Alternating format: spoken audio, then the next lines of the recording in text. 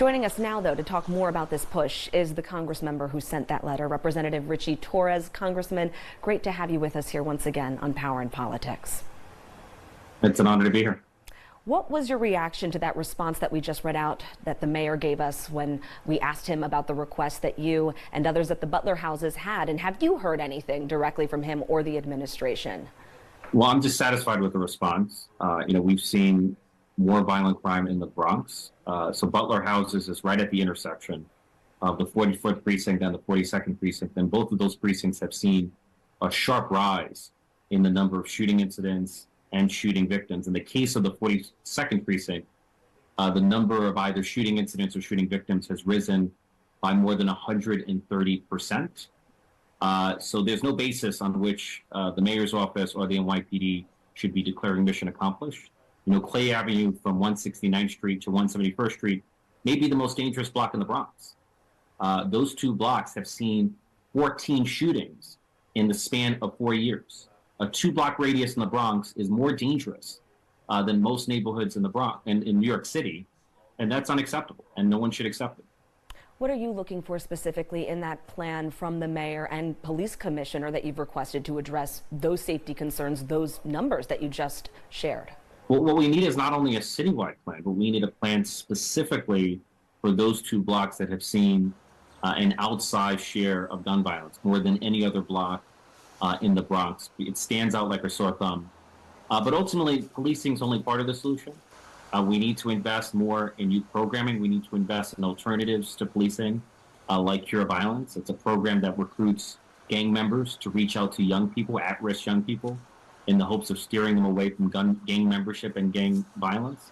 So there's no single bullet. We have to pursue every tool that we have at our disposal for reducing gang violence, gun violence, and youth violence in the Bronx. Any efforts that are happening at the federal level right now to support in those efforts, specifically to fund that programming that I know you just outlined, but also that residents told Ellie in that story they so desperately want? Look, I've secured federal funding for youth programming, for youth workforce development.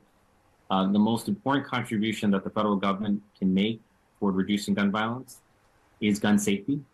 The gun control laws that we have here in New York State and New York City can only take us so far because guns can easily cross state lines. What we need are national standards of gun safety. Every gun should be registered and safely stored. Every gun owner should be professionally trained, and every gun sale should be subject to a comprehensive and thorough background check. The United States is the only wealthy country in the industrialized world that has an epidemic of gun violence and mass shootings.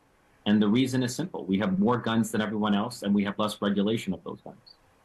On the topic of safety, I know that you recently introduced a bill into Congress. It's called the Bodega Act, and it would allow small businesses, obviously specifically bodegas included, to be able to get federal grants to pay for panic buttons. This is an issue that we've seen time and time again unfold in the Bronx, the risks to safety for people who work inside of those establishments. What is the path forward from here right now for that legislation and its ultimate goal?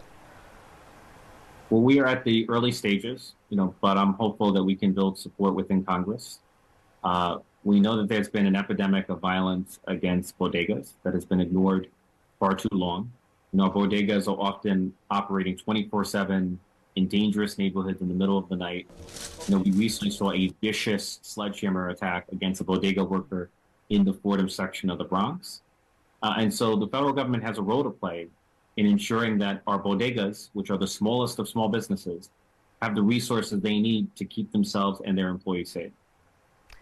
Bouncing back to the issue of housing, because that is such an issue that is top of mind for many here in the city, and specifically public housing. I know that there are several NYCHA complexes across the city that are voting right now on how to fund the future of their repairs and renovations at their developments. 3 options on the table: the trust, PACT, or Section 9. What do you think that tenants need to know as they're making those decisions right now? Well, the people who should have the power to decide the future of public housing should not be the bureaucrats at the New York City Housing Authority. It should not be the elected officials. It should be the people who live in public housing. Those are the people who should be making the decisions. And so I'm pleased to see NYCHA empowering the residents to decide the way forward for public housing.